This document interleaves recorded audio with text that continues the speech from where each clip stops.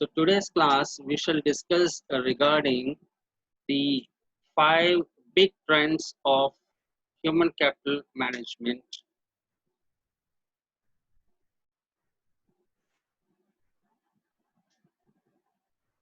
So the five big trends of human capital management are, these particular trends are based on the changes that have taken place in the arena of human capital management over a span of a decade, 10 years, and based on that, people happen to make these predictions.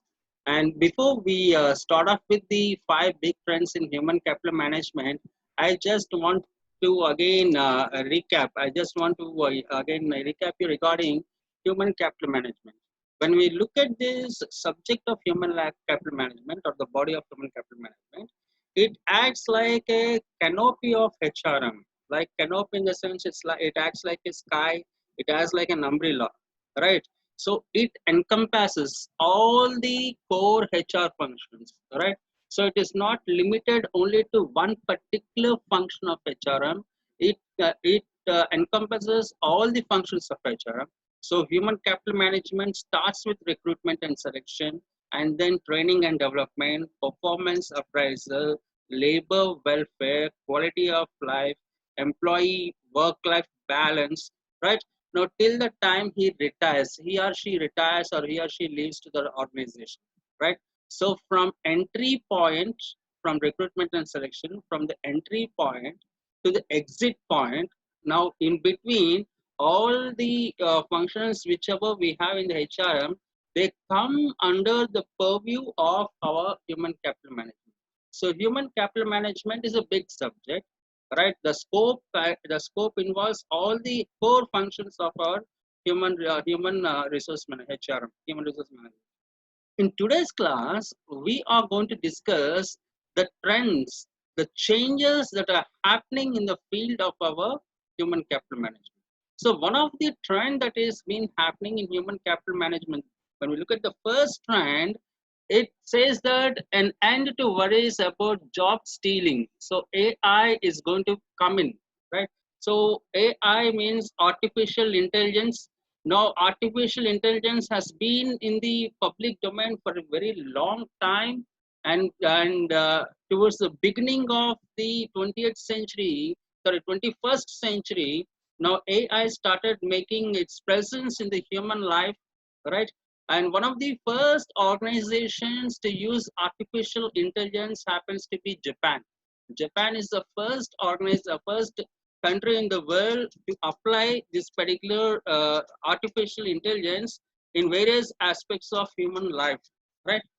So the visibility, when we talk about the visibility of artificial intelligence, the first visibility of artificial intelligence has been a robot, right? A man-like robot which can perform its own, right? And later that particular applications came a long way. Today we have artificial intelligence driven cars, we have aeroplanes, we have metro trains, right? So all those particular places where we do not have drivers, especially in the communication sector, we are seeing a huge trend. We are seeing a huge revolution. A revolutionary changes have been happening with the AI applications, artificial applications in the transport sector.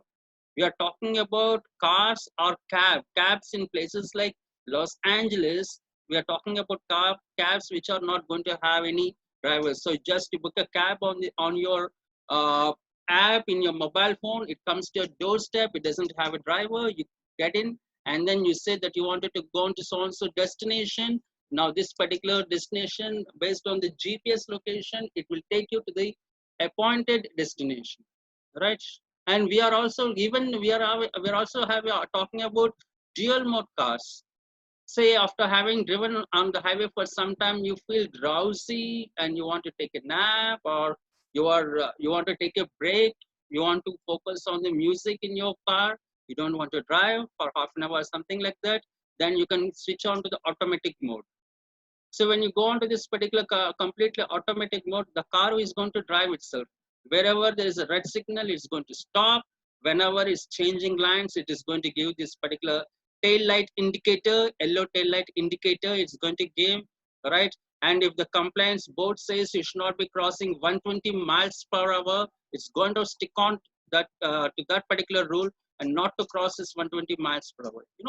Going to act everything like a human and with perfect results. So this particular artificial intelligence, today we are trying to bring them into organizations, right? So we are trying to bring them into organizations. So one of the the recent studies, they point out 93% of people are willing to take orders from a robot, right? And among them, 70% of employees are already using some form of artificial intelligence in their lives, right? So as per the prediction, by 2022, with this mentality seeping into the work culture, employees will become a lot less fearful and more adaptive to artificial intelligence. So the point that he's trying to drive home is, in case of humans, we bring in things like blood being thicker than water, right? What do you mean by blood thick? Blood is thicker than water. We try to assess it. Same race, we show partiality. Same community, we show partiality. Same region, we show partiality. So human tends to show this particular partiality. Thereby, you're planting the seeds of hate. You're planting the seeds of imbalance, trying to create imbalance, not giving it credit where it is due. If somebody has done some good work, you'll have to credit him for that. But just because he does not belong to my community, is not belonging to my state, is not belonging to my race, no, we don't want to credit him. But even for small contributions made by people from our own community, we magnify it, we show it in this particular magnifying lens, we amplify it, and then tell the entire organization, this guy, we should all be proud of having such an employee for his contributions. In fact, what his contribution should have been very minuscule, but we blow it out of proportions. We simply blow it out of proportions only because he or she is belonging to our community or our race or something like that. Those things are going to come to an end. Those things are going to come to an end when we start having artificial intelligence. So for that particular reason, because human is always biased and human is always having some sort of prejudices and so on, so pride, prejudices, things like that. Today in the developed countries, people are willing to take orders from robots. They are willing to work with robots than with humans. So this is one particular trend that is happening, the coming trend in our field of human capital management. So it's not like managing people. Human capital management in future is not going to be managing people. It's going to be managing machines too, right? A part of your workforce are not humans. A part of your workforce are machines. And the HR, which is looking after the human capital management, this particular arena, they should learn how to manage the machines as well. Next is the second trend that is coming is AI is no longer going to be an optional. It's not like that. It's not like if you don't like machines, you don't need AI. If you like machines, no, those days are going to be over. So future driven world is going to be artificially driven world. We are talking about virtual reality taking the lives, all right? So whatever we are seeing, whatever this particular scientific movies that we happen to see in this particular Hollywood, now those days are coming to end reality, right? So one day might be, machines going to take play control things, right? So it's no longer artificial intelligence is no longer optional. It is there today in almost all the aircrafts, right? Only in all the airplanes, in all the international aeroplanes, the human pilot takes control only when he's going to land the aeroplane and only when he's going to take it off. So once he takes it off, reaches his comfortable altitude, that is height, reaches his comfortable altitude, they're going to go into fully automatic mode. right? Now that particular aeroplane taking the instructions from the control rooms and following the path of GPS, it will take you to that particular destination where you're supposed to go, right? And might be some few kilometers away from, a few some kilometers away from reaching the destination, it will alarm the human, saying that now it is going to go into the manual mode. From there, the human pilots are going to take off. They're going to take control and then they're going to land the plane in the airport, right? So AI is happening. It's very much there. Okay, so there is not we are no longer going to have an option to replace them. The only option that's going to lie, unfortunately, the only option that is going to lie in front of us is the option of replacing the human. Right? It may be very difficult and it may be tough, but that's the options that are coming. Now, let me again remind you, these particular trends, you don't see them in India happening right now, excepting in few areas. In most of the areas, we don't find them in happening in India right now.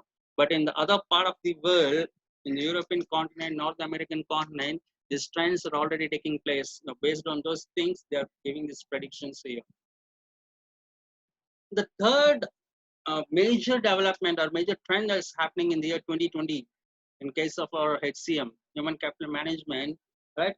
HR is going to lead a predictive analytics movement, right? For a very long time, in case of analytics, people have been dependent on, data.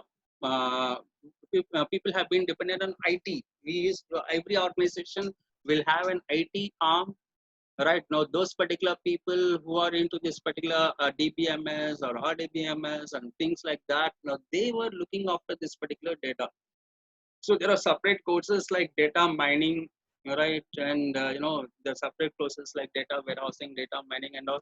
So only those particular. Now it has become a full-time business, right? So we are having business courses, right? Back in the management circles, academic circles, we are having full-time courses like business analytics. Similarly, now this particular semester, you're also studying this particular subject called human resource analytics, right? You have this HRMA, right? Human Resource Management and Analytics. So analytics is the big thing.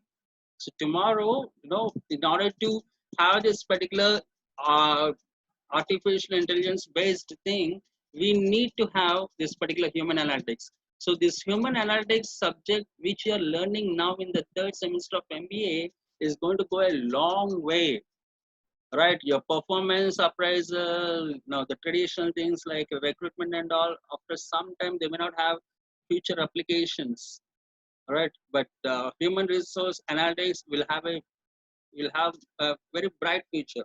Now the future applications in HR are going to be based on HRMA like that.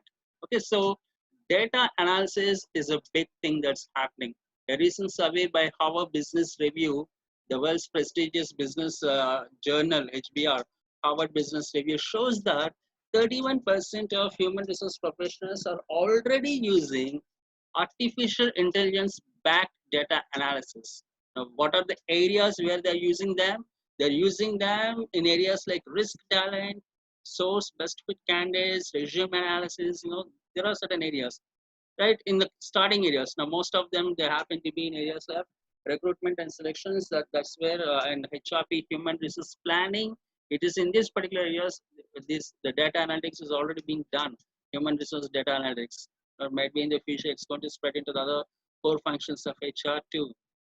Now, the next one, the fourth major trend that we find in case of our human capital management, digital assistants are going to be co-workers, right? Now, please do not confuse them with PDA. I'm not talking about PDA. PDA is confined to sales people and marketing people, not to us. Now, that's a different thing. Personal digital assistant is a different thing. Here, we're not talking about PDA. We're talking about digital assistants. Now, what do I mean by digital assistants, right? So these days, when you open your Yono app, you only have one SBI. You have this app. Now you have got this particular bot. We call them as what? Bot, right? Now you have any query and all, you ask that particular bot and the bot is going to reply you back, or it's going to guide you. It's going to help you find a solution for the problem that you're facing. All right. And similarly, you send an SMS, so on, so, and immediately you're going to get some particular data. All right. So digital assistants are happening in a big time. So in India, we already have this particular digital assistants working. Especially, we see this particular digital assistance in the banking sector. So all of us happen to use one way or the other way this particular banks. So open your internet bank next time, ICICI Bank or any of this particular, even government banks or private banks, you'll always find this particular digital assistant. Now that particular digital assistance might be in form of a voice, right? It can be in form of an SMS, or it can be in form of a bot, right? So they are going to be there now. These particular digital assistants are going to be there for the future also. So organizations need to accept them as a co-worker. And finally, and coming towards the last trend that we are seeing in this particular 2 decades of time, especially in 2020. Now this particular recruitment is going to be smarter, it's going to be mobile. We are going to have smarter and mobile recruitment. All right. Okay. So what do we mean by that? Now, using this particular artificial intelligence and other things like bots and digital assistants and so on and so forth, we are trying to bring in unemployment rate. But the most visible area of smart recruitment is now, as a human being, mining. Mining data is a very tough task, right? Say you happen to you happen to hire an employee. One of your organization employee in a key position has given you a notice, right? In the third month, 3 months from now, is going to resign. So 3 months notice is what we have in the organization. So it's given the 3 months notice. In this particular meantime, we'll have to find a suitable employee. Right now, this particular recruiting team is always overloaded. It is always overstressed. Now they work beyond hours. So when we tell them, and then when you have to find that particular employee with that particular skill set, we'll be having 6,000 resumes or 10,000 resumes. Big number of resumes. Now going through this particular 6,000 resumes and trying to identify that one particular guy humanly may not be possible, right? Now the scope for human error is going to be very big. Now how do you reduce that? We reduce that by depending upon a digital assistant. So you have a programmed digital assistance. This particular based on your AI application, artificial intelligence, right? So these people are going to be the that's the reason we are saying they are going to be the co-workers in the future. So we are going to assign that particular work to the digital assistant. Now that particular digital assistant is going to filter out that particular guy. Having filtered out, it is going to pass on the task to the next mission. Now first mission has digged out, identified 10 profiles. This 10 profiles, this mission is going to pass on to the next person. And that again is a mission. Now it's going to make a call to that particular person based on the contact number just given over there, finalize him, right? And only for the final round of interviews, he's going to come to the organization. The human interaction will be only limited to the salary negotiation, right? That's the only area where your human interaction is going to be negotiated. The HR, even today, back in India also, for HR terms and conditions, employment terms and conditions, which are supposed to be explained by the HR professionals, HR people, now they are being explained by the digital assistant. So you call on that particular number, you go give so and so, numbers and all, and then it says, now here are the list of the employment terms and conditions and so on. No, so much is happening with this particular things and all. So these are the primary changes that we find, the big trends that we find in human capital management. So the bottom line is AI is going to happen in big time. So far it is confined only to the shores of the developed countries. Now it's going to come to us because here also we have lot many multinationals. So it's going to come here. And then the other thing, apart from the artificial intelligence, the other major trend is going to be digital assistance. We are going to have this particular digital assistance as our co-workers. So these are the major changes predictions or trends that are happening in the field of human capital management. Now, moving on to the next topic in our syllabus, the next one that we have is the nature of human capital management. So, in this particular topic, we will try to understand, right? We try to understand what actually is the nature of human capital management. What does human capital management mean, or what does it do? So, the following characteristics or the following traits, there are 5 traits that are there, there are 5 characteristics. Now, this particular 5, they are going to highlight the nature of human capital management. So, when we let us see what this particular characteristics are. The first one is skills, qualification, and education. Now, that one particular area of HCM.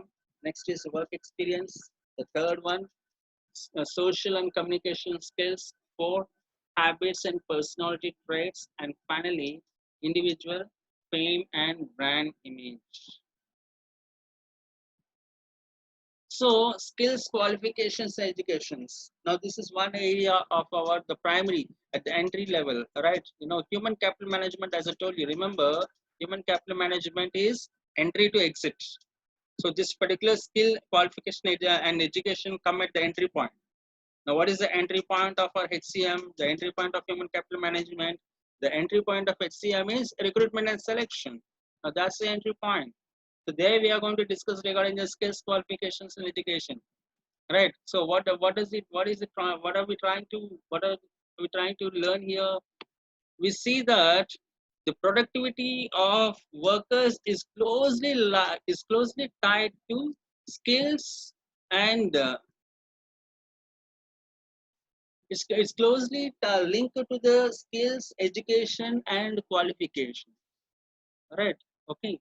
So organizations, they'll have to invest. Already we are making investments on the skill. Already we are making investments on the qualification. Right. Now, how are we making the investments in skill, education, and qualification? In form of training and development. So we have this particular Infosys-based BPOs, Wipro-based BPO, TCS-based BPO. Now these big giant organizations coming to campuses like Aditya College or PR Government Degree College. Now they hire this particular people with just graduation qualification, and then they train them. Right now, you're trying to instill this particular skill in them. You make them work. You train them, and having trained them, if they're showing good performance and say they're going to stick on to the organization for 2 years or like that 24 months and all, then organization is going to sponsor their education, higher education. Right. So the organization is going to sponsor their post graduation. Organization is going to give loan to them, and then it's going to help them identify. And this time when it's going to sponsor from a premier prestigious institution. So it's a branded one, right? So organization can take pride its employees coming from Symbiosis, its employees from IIM, its employees from LIBA, Lila Institute of Business Administration, right? Whatever are the premier business schools that we have, they take pride that we are, our employees are, we have got this particular executive program tied up with so and so prestigious institute or prestigious school, right? So it's going to be a win-win situation. Right, a win-win situation both for that particular organization as well as for that particular business school. In meanwhile, the employee is also getting benefited. Okay.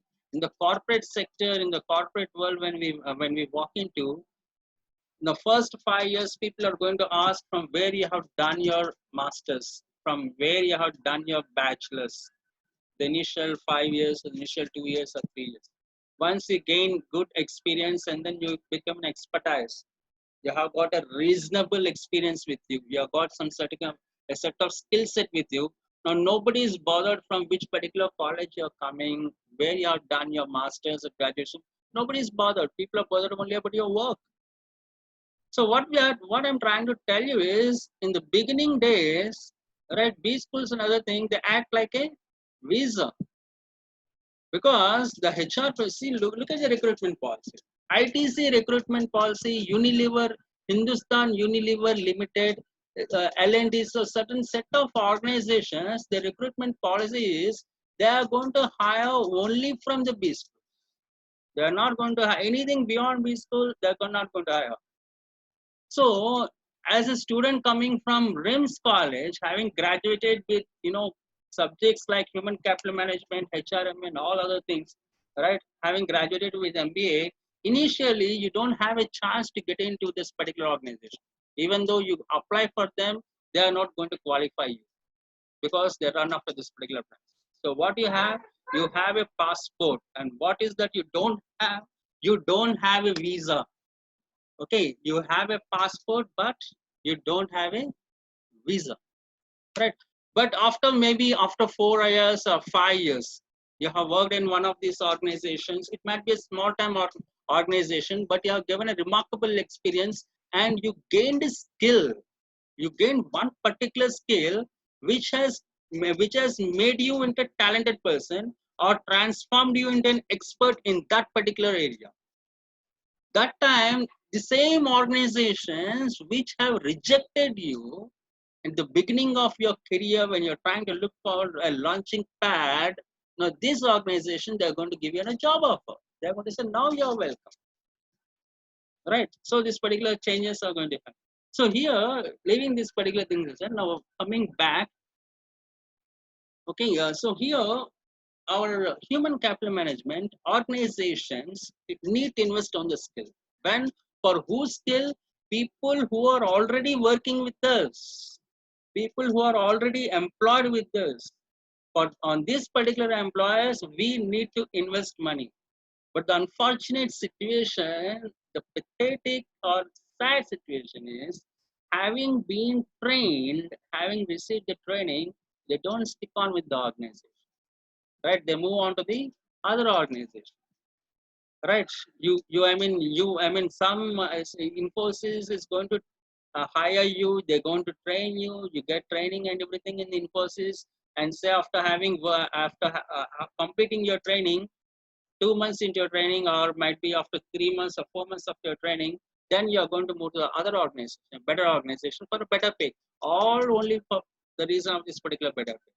So in order to avoid this particular loss, right? Somebody is nourishing you, but you want to give your fruit to your neighbor, not to the farmer who is nourishing you, who has taken care of you all this particular months or years. So in order to prevent this lack of loyalty, now today most of the organizations, including government organizations, they are saying you'll have to sign a bond.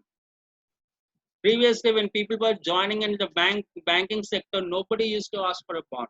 But today, if you clear IBPS clerical, a specialist officer, or a probationary officer also, right, you'll have to sign a bond. Bond stating that I'm going to stick on to your bank for at least 2 years. And in between this particular 2 years, if I'm going to resign, I'll pay so-and-so amount. Now, what is that amount? That is that particular amount which the bank has invested on you to train. So it is recovering its cost. The bank is trying to recover its cost. So these things are happening. So this is one particular trend that we happen to see in human capital management in the area of skill, qualification, and education. Okay. The next thing is the work experience. All right. Definitely, without any second thought, it's a known fact that an experienced employee is an asset in organization because they create value, right? But here's the catch. What's the catch? According to the Harvard Business Review, it may take employees anywhere from 3 months to a year to become productive, right? Every time a business loses an employee to a competitor or a layoffs or retirement, it needs to invest in recruitment and training new staff, something that is just as much expense as replacing machinery. So here, what organization is trying to do is, organization is not willing to invest on that particular, because the first aspect is training and development, skills, qualification, education, training and development. Now that particular thing is not reaping fruits, right? After 2 years, people are leaving. Only as long as this particular bond period is there, they are sticking to the organization. Once the bond period is done, they are moving to the organization. Volatility is all-time high. Loyalty is all-time low, right? High volatility, low loyalty. Attrition is common. Employee turnover is normal, right? Our labor turnover is normal. In such an a tough situations, such a volatile situations, managing human capital becomes very tough. Becomes quite challenging also.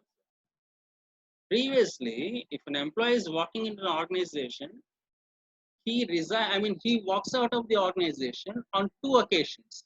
Occasion number one, he has reached the superannuation rate, he's retiring from his job. That's the first occasion. Occasion number two, termination. You yourself are removing him from the job because of some reason, because of the harm he intended to do the organization. Right? Retirement or termination. These were the two occasions. Now today, those two occasions come in the bottom first and bottom two. Right? In the top one and top two, these two occasions are nowhere to be found. Then what is driving the attrition rate today? Right?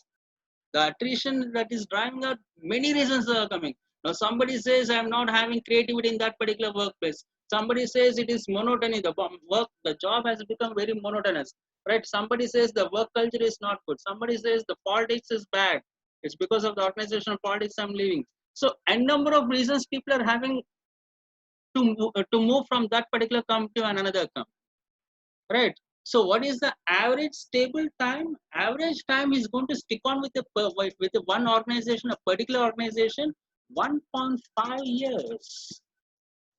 Right? 1.5 years isn't like average time. So it translates into 15 months.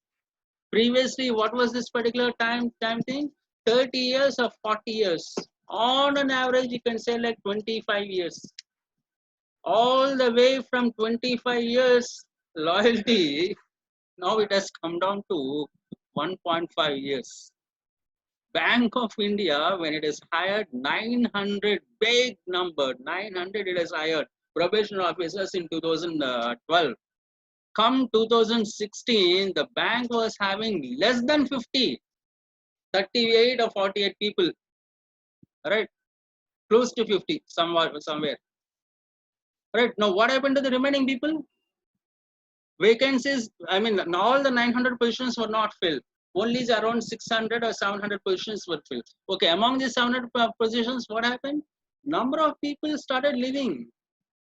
So after 1.5 years or after 2 years, there were only less than two-digit number. So such a scenario, right? Now managing human capital is really challenging. So work experience is one area which poses a major challenge, for human capital management.